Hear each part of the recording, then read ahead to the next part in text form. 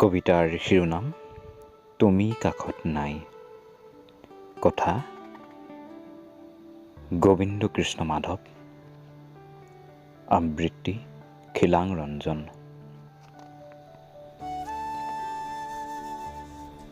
কঁপা কঁপা হৃদয়ৰ স্পন্দন,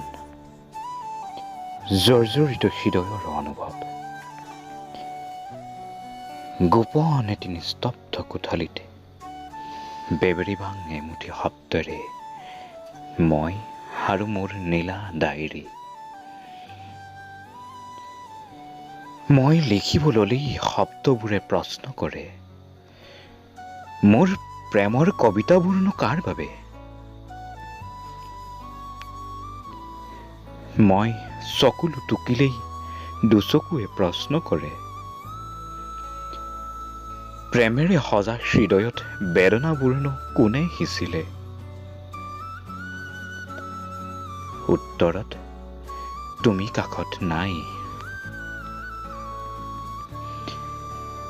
তুমিহীনতাত শূন্য হৈ পৰিছে পৃথিৱী, ক্ৰমশঃ ৰক্তাক্ত সাগৰ, আকাশ আৰু ভালপোৱা নীলাবোৰো। তুমি আঁতৰি গলা, লগত আজুৰি নিলা তোমাৰ শত সহস্ৰ অভিমানবোৰ।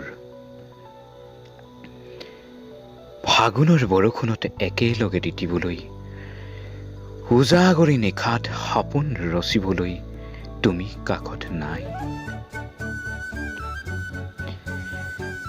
আজিকালি আকাশত আঁউসীৰ শেষত মোৰ বাবে জোনটি নোলায়। তুমিহীনতাত উৎসৰ্গিত প্ৰতিটো সন্ধ্যা, প্ৰতিটো ৰজনী আজি বেদনাৰ ডাৱৰে আৱৰা উজাগৰি আঁউসী। জোন হৈ পোহৰ বিলাবলৈ তুমি কাষত নাই।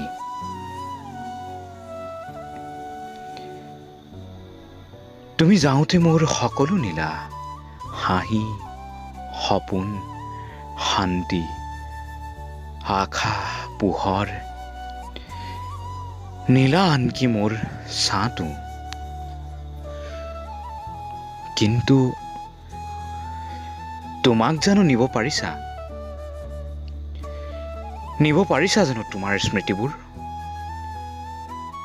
মাথো নিজান পৰত নিস্তব্ধ ক্ষণত এষাৰি মৰমৰ মাত দিবলৈ তুমি কাষত নাই।